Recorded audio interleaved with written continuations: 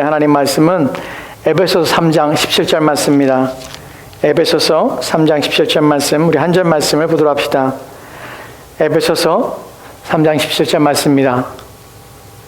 에베소서 3장 17절 말씀, 한 절 말씀입니다. 제가 가진 성경으로 신약 312쪽에 있습니다. 에베소서 3장 17절 말씀, 한 절 말씀입니다. 우리 찾으신 줄 알고 함께 우리 천천히 읽도록 합시다. 같이 읽겠습니다. 시작. 믿음으로 말미암아 그리스도께서 너희 마음에 계시게 하시옵고 너희가 사랑 가운데서 뿌리가 박히고 터가 굳어져서. 아멘. 오라 우리가 굽혀 경배하며 우리를 지으신 여호와 앞에 무릎을 꿇자. 그는 우리의 하나님이시오 우리는 그가 기르시는 백성이며 그의 손이 돌보시는 양이기 때문이라. 너희가 오늘 그의 음성을 듣거든 너희는 무리바에서와 같이 또 광야의 마사에서 지내던 것 같이 너희 마음을 완악하게 하지 말지어다. 아멘. 아멘. 주신 말씀을 위해서 함께 기도하도록 합시다.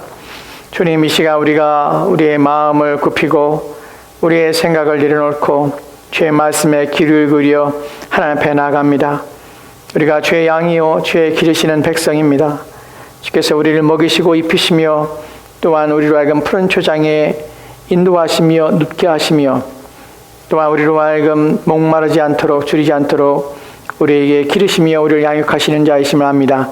주의 말씀으로 우리를 양육하시고 우리를 복되게 하사 주의 날개 아래 품어 우리를 하여금 힘있게 하시고 주의 은혜 가운데 살도록 도와주옵소서. 이 시간 주의 말씀이 우리의 심령에 박히게 하시고 주의 말씀이 위로가 되게 하시고 힘이 되게 하여 주옵소서. 더욱 주님을 의지하며 신뢰하는 가운데 서도록 도와주시기 원하오며 감사를 드리며 살아계신 예수 그리스도의 이름으로 기도합니다. 아멘. 아멘.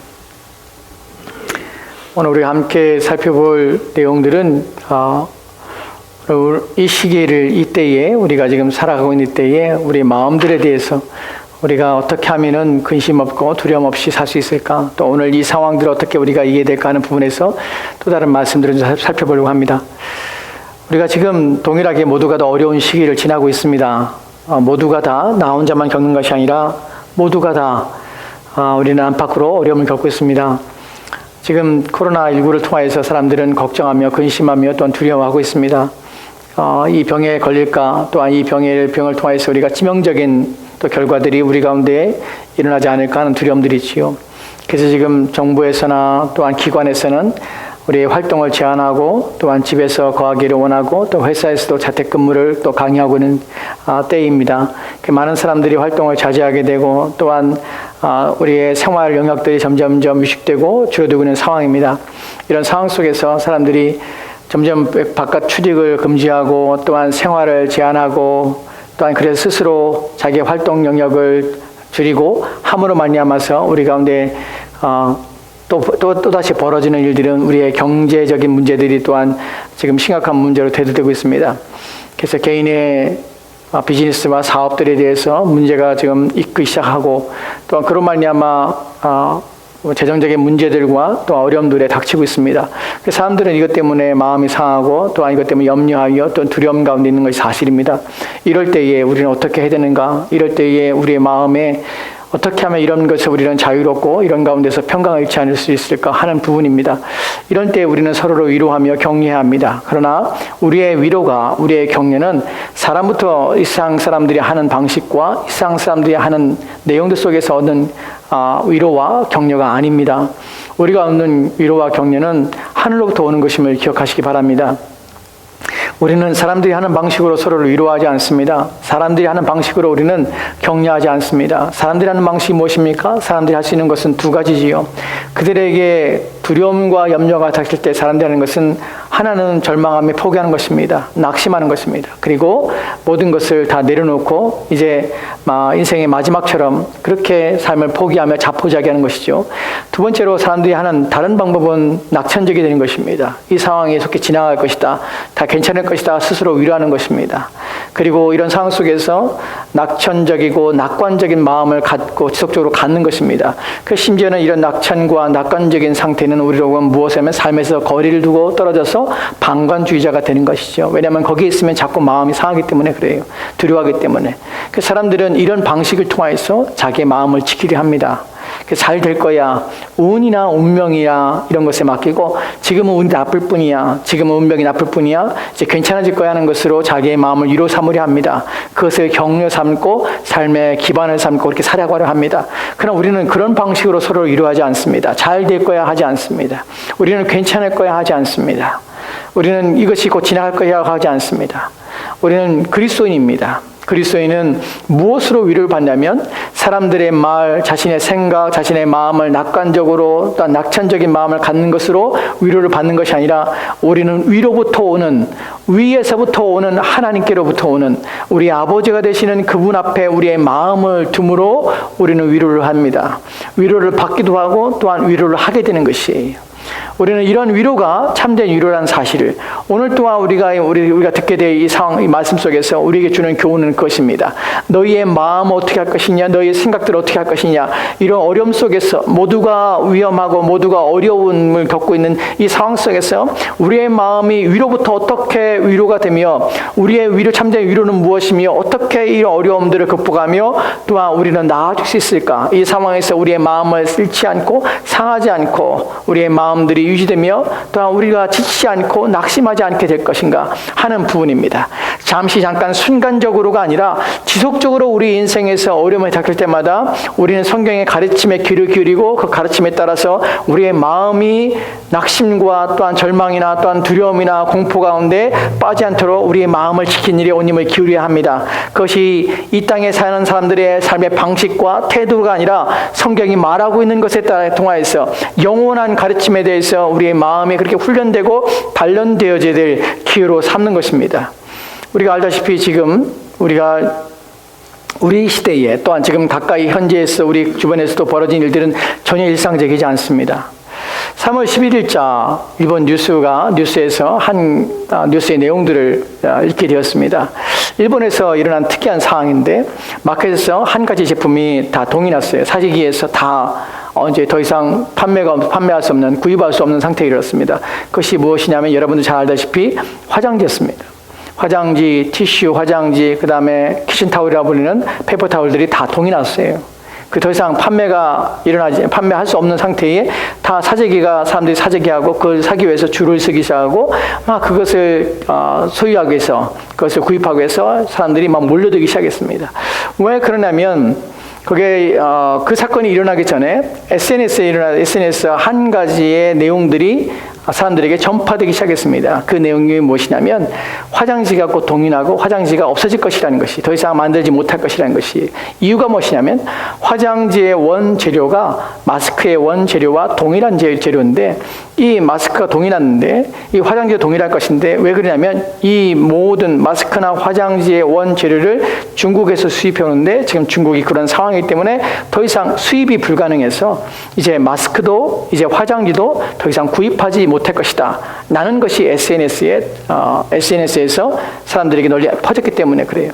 사람들은 그 소식을 듣자마자 달려가서 화장지를 사재기하기 시작한 것입니다. 그래서 금방 동인하고 사람들은 구입하기 위해서 이리저리 뛰어다니고 하는 일들이 발생했던 것입니다. 근데 사실은 이 말은 거짓말이었습니다. 왜냐하면 화장지의 재료는 중국에서 수입하거나 또한 마스크와 동일한 원재료를 가지고 있는 것이 결코 아니기 때문에 그래요. 사람들이 거기에 동의한 것입니다. 그래서 일본의 신문에 보면 그것을 요즘 유행하는 대마라고 표현됐습니다. 대마란 말이 뭐냐면 유언비어를 일본 사람들은 대마라고 그래요. 근데 일본 말이 아니라 사실은 독일 말입니다. 대마고기라는 독일 말이 있어요. 대마고기라는 말은 무엇이냐면 우리는 유언비라고 번역을 하지만 대마고기라는 말은 정치가들이 정치적인 목적을 얻기 위해서 대중들을 선동해서 의도적으로 잘못된 소문을 퍼뜨리는 것을 대마고기라고 해요. SNS에서 지금 사람들에게 선동하는 것이, 거짓된 정보를 통해서 사람들로 하여금 선동하게 해서 의도적으로 거짓된 정보를 사람들로 하여금 인식하게 하고 그걸 통해 사람들이 움직이게 하고 그래서 잘못된 반응들 또한 잘못된 행동들이 일어나게 되는 것입니다. 사실은 다 거짓인데 사람들은 그것을 사기에 줄을 서게 하고 그것들을 위해서 싸우기도 하고, 사실은 그것은 일본의 문제만 아니라 우리가 알다시피 그것 때문에 마켓에서 칼불이 많은 사건도 일어나고 미국이나 영국이나 호주에서도 이런 일들이 아주 비일비재로 일어납니다. 왜냐하면 사람들이 두렵기 때문에 그래요. 사람들은 어려움과 어떤 위기를 닥칠 때에 사람들이 하는 행동은 무엇이냐면 충동적이 된다는 것이에요. 왜 충동적이 될까요? 왜냐하면 불확실하기 때문에 그래요. 무엇인가 믿을 수 없기 때문에 그래요. 그래서 사람들은 판단력을 상실하게 되고요. 또한 사실은 분별력이 없어지게 되고요. 이성이 마비가 되기 시작합니다. 그러면 사람들은 들려오는 소리, 또한 사람들은 자기가 보고 있는 것만 보기를 원하고 왜곡된 것들을, 상황들을 왜곡되게 받아들이게 되고요. 또한 보는 것들에 대하여 그 분별력과 판단력이 상실되어서 그것을 과장되게 해석하기 시작합니다. 그래서 이성이 마비되기 시작하면 무엇을 하면 사람들은 감각, 어떤 충동, 어떤 자극에 의해서 사람들은 움직이게 되는 것이에요. 누가 이렇게 하니까 나도 안 그러면 불안한 것이에요. 왜냐하면 꼭 그것이 일어날 것처럼 보이기 때문에 그렇죠. 그래서 사람들은 사재기를 하고 이런 문제 속에서 사회는 점점점 각박해지고 어려움을 겪게 되는 것입니다. 이성을 상실하고 분별력, 판단력을 상실하게 되는 이 문제들. 오늘날 지금 이런 위기 속에서 우리는 이런 상황들을 우리 눈으로 보고 있습니다. 사람들이 얼마나 비이성적인 행동을 하고 있는지를 보고 있어요. 알다시피 저는 우리가 지금 주변에서 일어나지 않습니까? 이전에 마켓에 갔더니 한 번도 그런 적이 없었는데 고기가 하나도 없어요. 야, 무슨 이런 일이 다 있죠? 이 사람들 언제부터 고기만 먹고 살았다고 고기가 하나도 없어요. 그래서 그런 거 보면서 와, 대단하다. 막 물을 사재기하고, 사실 지금 물도 넘쳐나요. 근데 거기도 마켓 가면 있어요. 근데 사람들은 그 당시에 막 그렇게 무슨 어떤 끝을 보는 것이죠. 우리는 과장되게 바라보고 왜곡되게 바라보는 것이 두려움 때문에 그래요. 우리 마음들이 그러는 것이, 두려움 앞에 섰을 때 무엇인가 우리의 생각과 우리의 마음이 무엇인가에 확정되지 않는다면 우리 이렇게 휩쓸려 사는 것이죠. 이렇게 하면 이런 말에, 이렇게 하면 저런 말에 우리 휩쓸려 생활해야 되는 것이, 그것이 세상 사람들의 모습이에요. 성경에서 이와 같은 말씀들을 합니다. 오늘 우리가 살펴볼 내용이 그런 것들이, 우리는 이런 위기 시대에, 어려움의 시기에 어떻게 우리의 마음에는 불안과 염려 없는 마음으로 살 수 있을까 하는 부분이에요. 이 마음들을 오늘 말씀을 통해서 살펴보려고 해요. 오늘 우리가 첫 번째로 생각해 볼 본문은 잠언 17장 22절 말씀입니다. 이 구절이 참 우리에게 많은 생각을 하게 합니다. 잠언 17장 22절 말씀입니다. 잠언 17장 22절 말씀입니다. 혹시 안 보이시죠? 예, 잠언 17장 22절 말씀인데요. 잠언 17장 22절 말씀을 우리 같이 천천히 읽도록 합시다. 같이 읽겠습니다. 시작. 마음의 즐거움은 양약이라도 심령의 근심은 뼈를 마르게 하느니라. 아멘. 잠언 17장 22절 말씀에는 마음과 심령이라는 단어가 각기 다르게 사용되고 있지만 사실은 동의합니다. 의미가 같아요. 마음이 또한 심령이 라는 표현은 같은 의미입니다. 여기서 같은 의미지만 이것이 각기 다른 결과들을 만들어내는 것을 보게 되는데, 첫 번째로 마음의 즐거움은 양약이라고 합니다. 마음에 즐겁게 하는 것은 양약이다. 양약이란 말이, 한글로 양약이란 말이 무슨 의미입니까? 양약이라는 것은 효험이 좋은 약이란 뜻이에요. 한글말로는 효험. 그러니까 효과가 있는 거지, 효능이 있다는 것이요. 효능이 있는 좋은 약을 양약이라고 합니다. 그러니까 마음이 즐거울 때, 이 즐거움이라는 것을 나중에 살펴볼 때인데, 우선 양약이라는 말은 한글 성경에는 양약이라고 한자로 표현되어 있지만 사실은 히브리어 원문을 보면 이 단어는 두 단어가 합성어예요. 두 단어가 있습니다. 첫 번째 단어는 양이라고 번역된 이 단어는 사실은 히브리어 원문을 보면 이것은 즐거운, 기쁨이라는 단어예요. 그러니까 즐겁게, 기쁨이라는 단어를 가지고 있는데, 사실은 이 단어의 어근을 보면 이 단어는 왜 즐겁고 기쁜가, 무엇이 즐겁고 기쁜 것인가 하는 부분에서 원기를 회복하다는 뜻을 가지고 있어요. 그러니까 기쁘게 하다, 즐겁다라는 것은 원기가 회복되고 체력이 회복되어지고 또한 쇠잔한 것이 회복되는 것, 그러니까 기운을 차리는 것이에요. 심신이 약한 상태에서 심신이 회복되어서 기운을 차리다, 원기를 회복하다라는 뜻 때문에 양이라는 표현을 쓰는 것이에요. 그 다음에 나오는 약은, 그 단어는 약이라는 것이, 약, 우리가 메디슨의 약이에요. 그 때문에 원기를 회복하는 약이라는 것이, 그래서 한글 성경에 양약으로 번역된 것이 좋은, 효용이 있는 약이다. 그러니까 원기를 뭔가 원기가 회복돼야지 회복되는 일들이 있어야 되는데 회복되지 않으면 안 되는 것이죠. 그 사람은 마음에 마음이 즐겁고 마음이 기쁠 때에 우리가 기운이 나고 또 힘이 나는 것이에요. 근데 반대로 그렇지 않은 경우에 대해서 심령의 근심이라는 표현을 씁니다. 뼈를 마르게 하는 것이 있어요. 뼈를 마르다는 것은 약해지고 쇠약하는 것을 표현하는 것이죠. 심령의 근심이라는 표현을 씁니다. 마음이 근심에 쌓이면, 근데 이 근심이라는 단어가 우리는 근심을 어떻게 여러분들이 해석할지 모르지만 원문을 보면 이 단어의 어근을 보면 좀 특별합니다. 당시 고대 사람들이 근심이라는 것을 어떻게 이해했는지를 설명하는지를 이 어근을 통하여 보게 되는데, 첫 번째 근심이라는 단어가 첫 번째 번역하면 즐거움이에요. 사실은 즐겁게 하다, 기쁘다라는 표현이에요. 근데 즐거움, 기쁨이라는 의미를 가지고 있는데 어떻게 심령의 근심이 되는가 하는 부분인데, 사실은 이 즐거움이 사라진 것을 상징하고 나타나는 것인데, 마음이 고통을 통하여서 상처를 입어 다치다는 의미가 이 안에 담겨져 있어요. 심령의 근심이라는 표현이. 그러니까 기쁨이 없어진 것이죠. 근데 단순히 없어진 것이 아니라 마음이 고통을 통하여서 고통을 받아서 상처를 입다는 것이. 이 단어의 어근을 보면 좀 더 그 의미가 분명해지는데, 어떤 뜻을 가지고 있냐면 치다는 것이에요. 때리다, 또한 매질하다는 의미예요.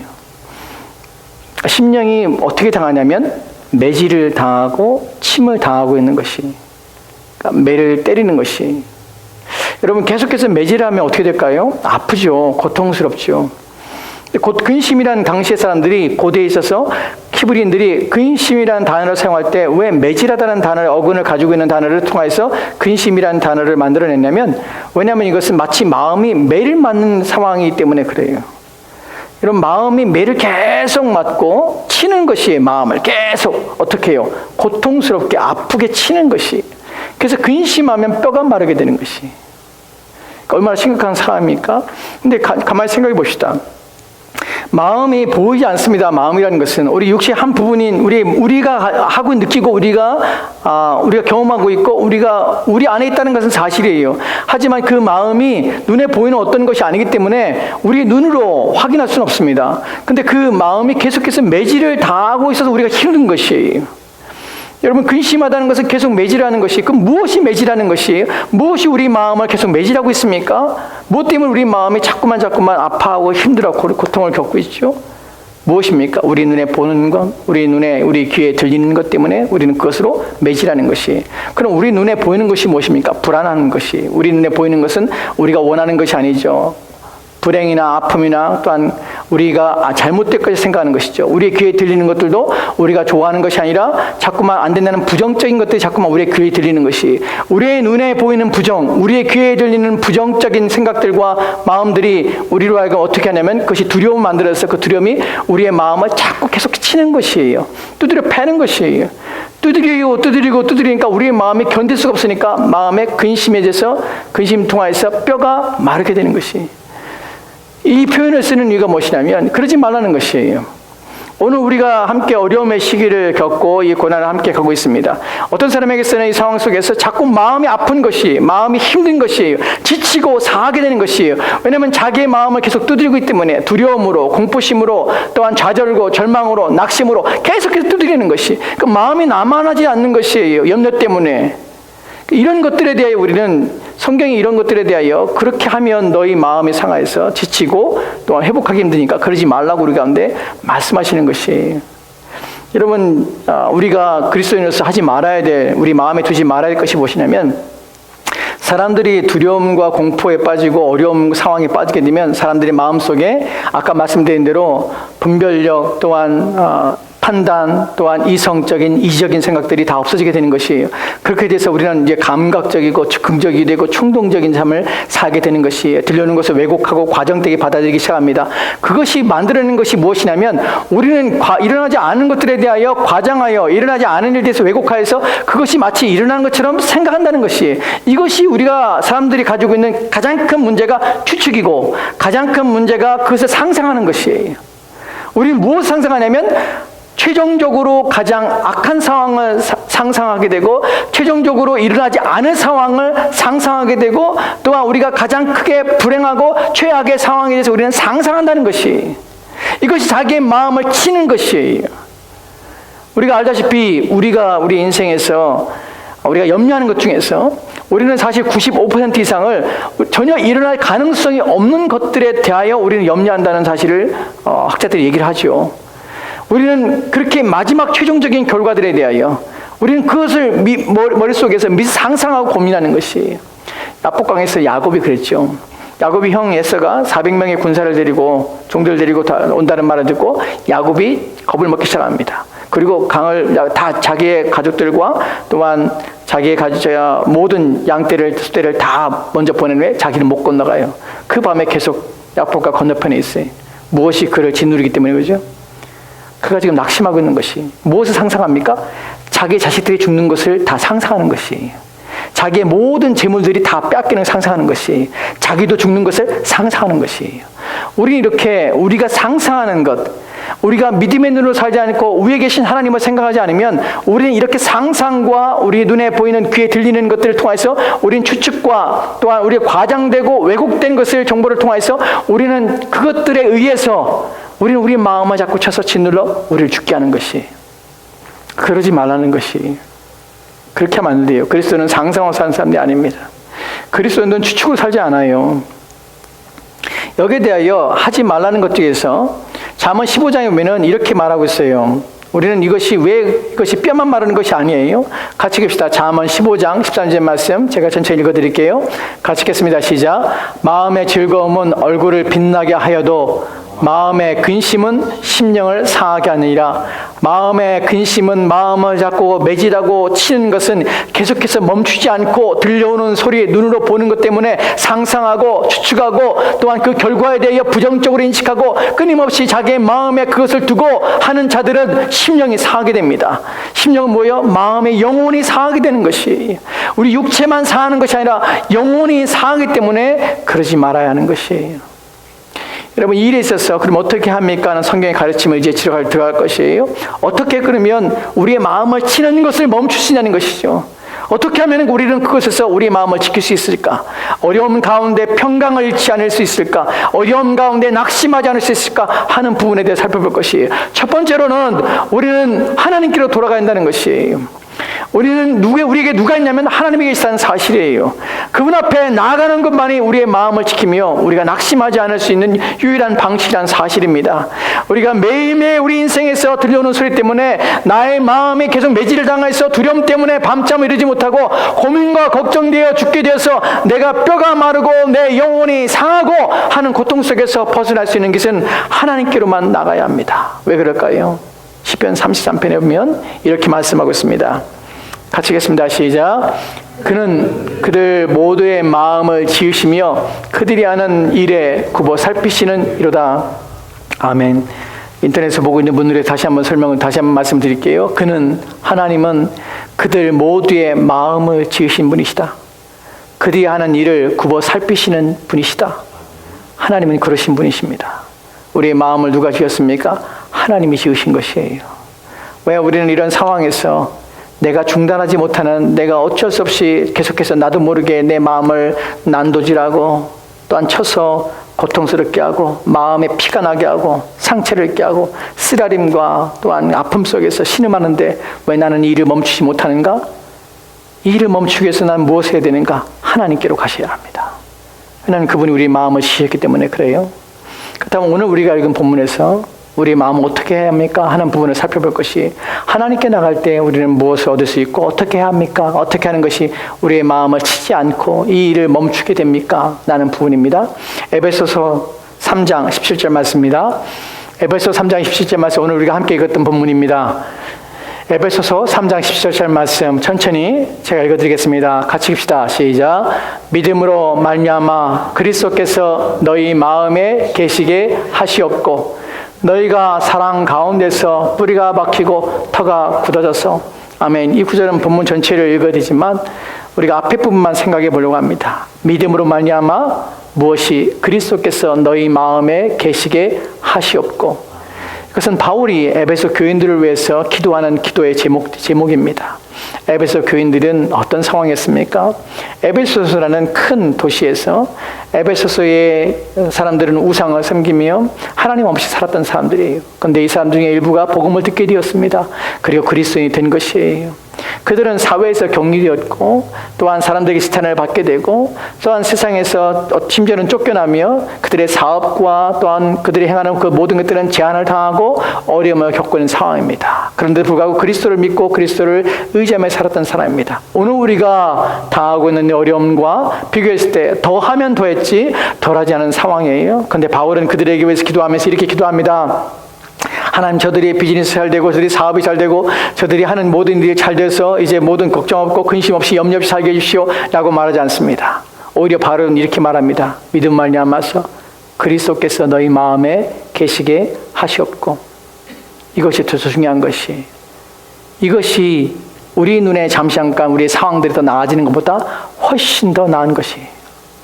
누가 우리의 마음에 있어야 되면 그리스도께서 우리의 마음에 있어야 하는 것이에요. 이것이 여러분이 여러분의 마음을 치는 일을 멈추는 것이에요.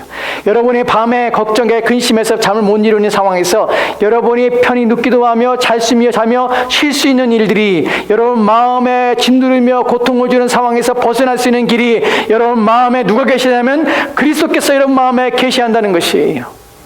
그것밖에는 해결이 없습니다.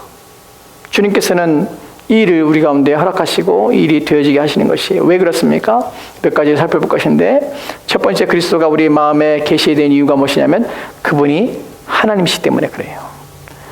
그분은 어떤 분이십니까? 세상 모든 만물을 지으신 분이세요. 그래서 우리를 얼마나 잘 알고 계시죠. 하나님이라는 사실 속에서 우리는 무엇을 인식하며 이해해야 됩니까? 그분은 전능하신 분이시라는 사실이에요. 전지하신 분이라는 사실이에요. 만물을 그가 지으시고 만물을 있게 하신 분이라는 사실은 그 능력과 또한 그의 범위 안에서 모든 것들이 그의 손에 있다는 사실을 확인하는 것이에요. 왜 그리스도가 우리 안에 계시면 우리 마음이 평안합니까? 모든 걸 아시는 분이 우리와 함께 계시기 때문에 그래요.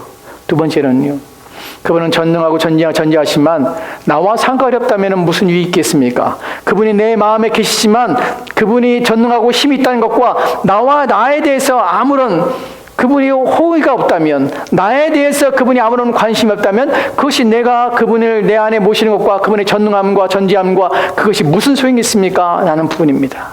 그러나 그분이 전능하고 전지하신 하나님이신 동시에 그분은 나와 관계를 가지고 계십니다. 우리는 그리스도인입니다. 그리스도인이란 그분께서 우리를 위해서 무엇인가 하셨고 우리를 위해서 행하셨다는 사실입니다. 왜 그분을 우리 안에 모시는 것이 왜 중요합니까? 왜 그것이 우리 마음에 평안이 됩니까? 왜냐하면 그분은 우리를 위해 자기의 생명을 아낌없이 버리시는 분이라는 사실이에요. 에베소 5장에 보면 25절 말씀에 그분이 우리를 향한 사랑이 어떠한지를 말하고 있습니다. 왜 그분이 우리 안에 모시는 것이 우리의 마음을 지키는 일이 되는지, 왜 그것이 우리 가운데 반드시 필요한지, 왜냐하면 그분이 우리를 위해서 이렇게 하셨습니다. 에베소 5장 25절 말씀 같이 천천히 읽겠습니다. 시작. 남편들아 아내 사랑하기를 그리스도께서 교회를 사랑하시고 그 교회를 위하여 자신을 주심같이 하라. 아멘. 본문에 보면 비유를 하고 있습니다. 남편들아 아내를 사랑해라. 그런데 어떻게? 모델이 무엇입니까? 어느 정도 사랑해야 됩니까? 라는 부분에서 바울이 지금 얘기하고 있는 것은 그리스도가 교회를 사랑하듯이 남편들아 아내를 사랑해야 된다. 그러면 그리스도께서 교회를 어떻게 사랑하셨습니까? 자기의 몸을 주시기까지, 자기의 몸을 주기까지 교회를 사랑하는 것처럼 남편들아 아내를 사랑하라는 것이에요. 그리스도는 우리에게 모델이 됩니다. 아내를 사랑해야 되는 범위와 사랑하는 내용과 사랑하는 강도에 대해서 우리 가운데 설명하고 있지만 더해서 그분은 우리를 사랑하고 계시다는 것이, 자기의 몸을 아낌없이 우리를 위해서 버리시기까지 우리를 사랑하셨습니다. 그분이 우리 안에 모신다는 것이 그래서 중요한 것이에요. 세 번째로는 그분은 우리 안에서 우리의 구원을 이루신 분이기 때문에 그래요. 우리가 영원한 생명 얻고 영생에 이르도록 하며 우리가 모든 상황과 환경에서 불구하고 우리의 영혼과 우리의 육체는 안전할 것을 확신하며 또한 안전할 것을 보장해 주신 분이 누구십니까? 그 일을 이루신 분이 누구십니까? 바로 그리스도 예수십니다.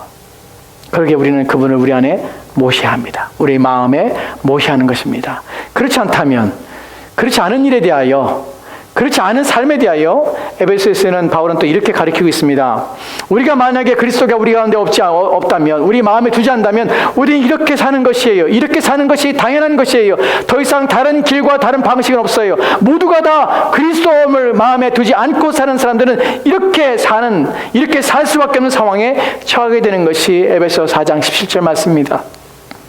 에베소서 4장 17절 말씀, 에베소서 4장 17절 말씀입니다.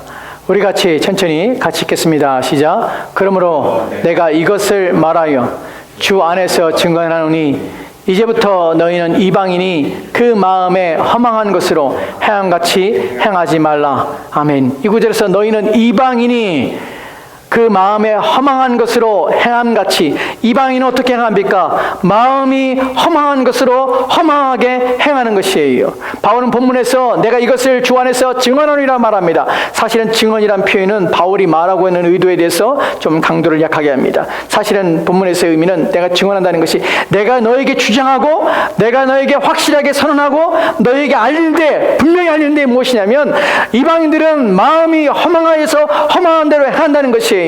누가 없기 때문이에요? 그리스도가 없기 때문에 그래요. 어떻게 삽니까? 충동과 들려오는 소리에 따라서 그들은 판단력과 분별력 없이 그들은 막 사는 것이에요. 이렇게 저렇게 휩쓸려 사는 것이에요.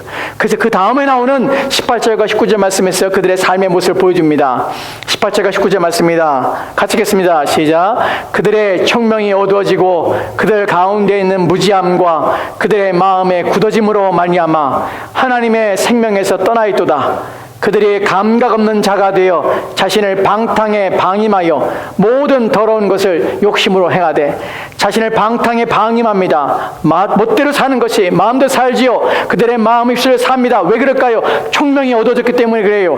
판단력, 분별력, 이성이 없어진 것이에요. 이제 이성적으로 생각하며 논리적으로 판단하며 분별할 수 있는 능력이 없는 것이에요. 이런 사람들이 이렇게 무지하게 사는 것이 그들의 마음이 굳어져서 무엇이었기 때문에 그렇습니까? 그리스도가 없기 때문에 그래요. 결국 그리스도가 없는 사람은 어떻게 됩니까? 하나님의 생명이 그들에게 떠나 있는 것이, 그들은 결코 생명을 얻을 수 없습니다. 자기가 자기의 생명을 위해서 애를 쓰며 부단히 노력합니다. 여러분, 세상 사람도 자기의 생명을 죽이려고 살지 않습니다. 자기의 생명을 살려고 사는 것이에요. 자기의 인생을 살기 위해서 바득바득 애를 쓰는 것이에요. 살기 위해서 사는 것이에요. 그게 수고하는 것이에요. 그러나 그들은 그 생명에 미치지 못합니다. 왜냐하면 그리스도가 그들 가운데 계시지 않기 때문에 그래요. 그래서 바울은 20절과 21절 말씀에서 이렇게 그리스도를 마음에 두는 것이 무엇인가 하는 부분에서 이렇게 설명하고 있습니다. 에베소서 4장 20절 21절 말씀 봅시다. 같이 읽겠습니다. 시작. 오직 너희는 그리스도를 그같이 배우지 아니하였으니 진리가 예수 안에 있는 것 같이 너희가 참으로 그에게서 듣고 또한 그 안에서 가르침을 받았을진데, 다시 천천히 설명을 드릴게요. 오직 너희는 그리스도를 그같이 배우지 아니하였느니라. 그리스도가 우리 마음에 계시다는 것, 너희 마음에 그리스도가 계시게 하옵시고 무엇으로? 믿음으로. 그렇다면 그리스도가 내 안에 계시다는 것이 어떤 것인가 하는 부분입니다. 그 부분에서 그리스도를 그와 같이 배우지 아니하였느니라. 그리스도를 배우는 것이에요. 진리가 예수 안에 있는 것 같이 너희가 참으로 그에게서 듣고 또한 그 안에서 가르침 받는 것이, 이것이 그리스도를 우리 마음에 모시는 것이에요. 물론 우리가 로마서 6장에 말하는 것처럼 그리스도와 연합된 상태에 있습니다. 그것을 깊이 인식하는 영적인 생각을 가지고 깊이 그리스도와 연합관계에 있다는 사실을 확신하며 그 가운데 사는 자들이 있습니다. 그러나 적어도 그 상태에 대해서 내가 그리스도와 연합됐다는 것을 인식하지 못한다면 여러분이 그리스도 안에 있다는 것은 그것이에요. 여러분이 해야 될 첫 번째 발걸음은 무엇이냐면 그리스도한테 나가고 그에게 배우는 것이에요. 그에게서 듣고 그에게서 가르침을 받는 것이에요. 그것이 그리스도 안에 있는 것이에요. 그리스도를 모시고 하는 것이에요. 여러분의 귀를 누구에게 기울여야 되냐면 그리스도께 귀를 기울이는 것이에요. 여러분의 생각이 누구로부터 나와야 되냐면 그리스도부터 나와야 되는 것이에요. 왜냐하면 그의 가르침이 여러분의 생각이 되고 그가 말씀하신 것이 여러분의 믿음이 되고 또한 그가 여러분을 위해서 한 모든 말씀이 여러분의 영혼과 여러분의 삶을 새롭게 하는 것이 됨을 알고 삶의 원리로 삼고 살아가는 것입니다. 그것이 바로 그리스도를 여러분의 마음에 모시는 것입니다. 이것부터 시작하는 것이에요. 그리스도를 마음에 모십시오. 그분 안에 사십시오. 그분 안에 듣고 또한 가르치는 받고 배우십시오. 그렇게 여러분의 마음이 그리스도를 모시게 되고 여러분 마음의 평안과 또한 위로가 또한 두려움에서 분별력이 없는 삶에서 충동과 또한 자극적으로 또한 들려오는 소리에 이성이 마비된 상태로 살지 않게 되는 것입니다. 이것이 오늘 우리 가운데 가리키는 것이에요. 그렇게 될 때에 우리 가운데 얻어지는 것이 무엇이냐면 4장 에베소 4장 23절 24절 말씀에 이렇게 표현하고 있습니다. 이런 사람들이 이렇게 되는 것이에요. 24장 에베소 4장 23절 24절 말씀 같이 돌아봅시다. 시작. 오직 너희의 심령이 새롭게 되어 하나님을 따라 의와 진리의 거룩함으로 지으심을 받은 새 사람을 입으라. 아멘. 오직 너희의 심령이 어떻게 해요? 새롭게 되는 것이. 마음이 새롭게 되는 것이에요. 그리스도를 마음에 모시는 일, 배우고 듣고 가르침을 받은 말냐마 그리스도를 내 마음에 모시며 또한 우리가 성령을 통하여서 그리스도와 깊은 연합관계에 들어가는 때까지 이르게 되면 너희의 마음이 새롭게 되는 것이에요. 그래서 우리가 지금까지 살펴보는 것처럼 마음이 어지러지거나 또한 마음이 심란하거나 또한 마음이 온전치 못하여 비틀거리거나 상하는 것에서 우리가 건져낼 수 있다는 것이에요. 이 위기의 상황이 어려운 상황은 모두가 겪는 것입니다. 그러나 이 어려운 상황에서 어떤 사람은 평강 가운데, 어떤 사람은 확신 가운데, 소망 가운데 두려움 없이 이 어려움을 지나가고 있습니다. 누가요? 그리스도를 마음에 두고 살아가는 자들이. 그래야 되는 것이. 그래야 여러분 마음에 매질을 하지 않게 되는 것이. 왜 매일 아픕니까? 왜 여러분 마음이 매일 고통스럽습니까? 여러분 스스로가 매질한데 방임하기 때문에 그래요. 매질을 멈추십시오. 그리고 그리스도를 바라보십시오. 그의 말씀에 귀를 기울이십시오. 그의 가르침을 받으십시오. 그래야 합니다. 그래야 매질이 멈춰지는 것이에요. 이제 우리는 그의 가르침에 대한 두 가지 구절들을 보고 말씀을 마치려 합니다. 첫 번째 구절은 예수님께 우리 가운데 이렇게 가르쳤는데 마태복음 6장 26절 말씀이에요. 마태복음 6장 26절 말씀입니다. 우리 sha신자고 우리 같이 읽도록 합시다. 제가 천천히 읽어드리겠습니다. 시작. 공중의 새를 보라. 심지도 않고 거두지도 않고 창고에 모아들이지도 아니하되 너희 하늘 아버지께서 기르시나니 너는 이것들보다 귀하지 아니하냐. 아멘. 주님께서 우리 가운데 가르쳐 주신 말씀입니다. 주님께서 주님으로부터 배우고 주님으로부터 듣고 또한 주님으로부터 가르침을 받습니다. 뭐라고 말씀하셨습니까? 염려하지 말라. 무엇을 마실까? 무엇을 입을까? 또한 너희 목숨을 위하여 두려워하지 말라. 근심하지 말라. 왜요? 공중에 나는 새를 보라. 심지도 않고 거두지도 않는다. 그 창고에 모아들이지도 않는다. 그런데 그들이 살아. 왜냐하면 너희 하늘의 아버지께서 그들을 기르시기 때문에 그래. 그럼 너희 하늘 아버지께서 너희를 기르지 않을까? 새들을 아끼시는 그분이 너희를 아끼지 않으실까? 나는 가르침으로 우리를 가르치십니다. 이 말씀을 들어야 되는 것이에요. 이 어려움일 때 우리는 무엇을 봅니까? 땅에 있는 것들을 바라보지 말아야 합니다. 우리는 무엇을 바라며 우리의 눈을 어디에 고정시켜야 됩니까? 위를 바라봐야 되는 것이. 지금은 위를 바라봐야 할 때입니다. 물론 어느 때에도 언제든지 우리는 위를 바라봐야지만 더욱더 지금은 위를 바라봐야 할 때입니다. 더욱더 우리의 눈을 위를 고정해야 합니다. 왜냐하면 그곳에 주님이 계시기 때문에 그래요. 한 구절 마지막 절입니다. 마태복음 6장 34절 말씀입니다. 이 말씀은 예수님께서 우리를 가르치신 마태복음 6장에 있는 내용의 마지막 최종적인 것입니다. 같이 읽겠습니다. 마태복음 6장 34절 말씀 시작. 그러므로 내일 일을 위하여 염려하지 말라. 내일 일은 내일이 염려할 것이요 한날의 괴로움은 그날로 족하니라. 아멘. 내일 일을 위하여 염려하지 말라. 왜요? 왜 그래야 합니까? 내일 일은 내일이 염려할 것이요. 내일이 어떻게 내일을 염려합니까?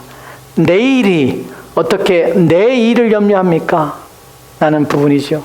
근데 주님 말합니다. 내일 일을 염려하지 마. 내일의 일은 내일이 염려할 것이야. 내가 염려하는 것이 아니라 내 일이 염려합니다. 그럼 내 일이 무엇이길래 내 일을 염려합니까? 나는 물음 앞에 내 일은 너에게 속한 날이 아니라 네가 주장하는 날이 아니라 네가 무엇인가를 행하는 것이 아니라 내일이라는 것을 만드시고 내일을 예비하시고 내일을 준비하시는 하나님의 손에 있기에 그것은 하나님이 하시는 것이야. 너는 네가 하지 못할 일, 네가 무엇이라도 네가 어떻게 했으라도 네가 이룰 수 없는 것 때문에 그것 때문에 염려하지 마. 네 손에 없는 것을 가지고 염려하지 마. 네 능력을 뛰어넘는 것 때문에 고민하지 마. 네가 걱정하고 근심한다고 해서 바뀌지 않는 상황 때문에 두려워하지 마. 그것은 하나님의 일이야. 그렇기 때문에 너는 염려하지 마라. 여러분, 그렇습니다. 우리는 전능하신 하나님 믿고 있습니다. 내일은 내 손에 있지 않습니다. 또한 내일은 내 힘이 미치는 곳이 아닙니다. 하나님의 손에 있습니다. 어려움의 시기에 우리는 하나님을 의지하며 삽니다. 그분에게 맡기며 삽니다. 부디 여러분의 마음을 매질하여서 고통과 신음 가운데 이 시기를 지나고 또 이 시기를 보내지 마시기 바랍니다. 여러분 마음을 지키시고 여러분의 생각을 지켜서 그리스도를 여러분의 마음에 두시고 그리스도를 묵상하며 또한 그리스도를 바라보며 고개를 들고 위를 바라보는, 그래야 여러분 마음의 평강과 위로가 넘치는 그런 시간들 되었으면 좋겠습니다. 같이 기도합시다.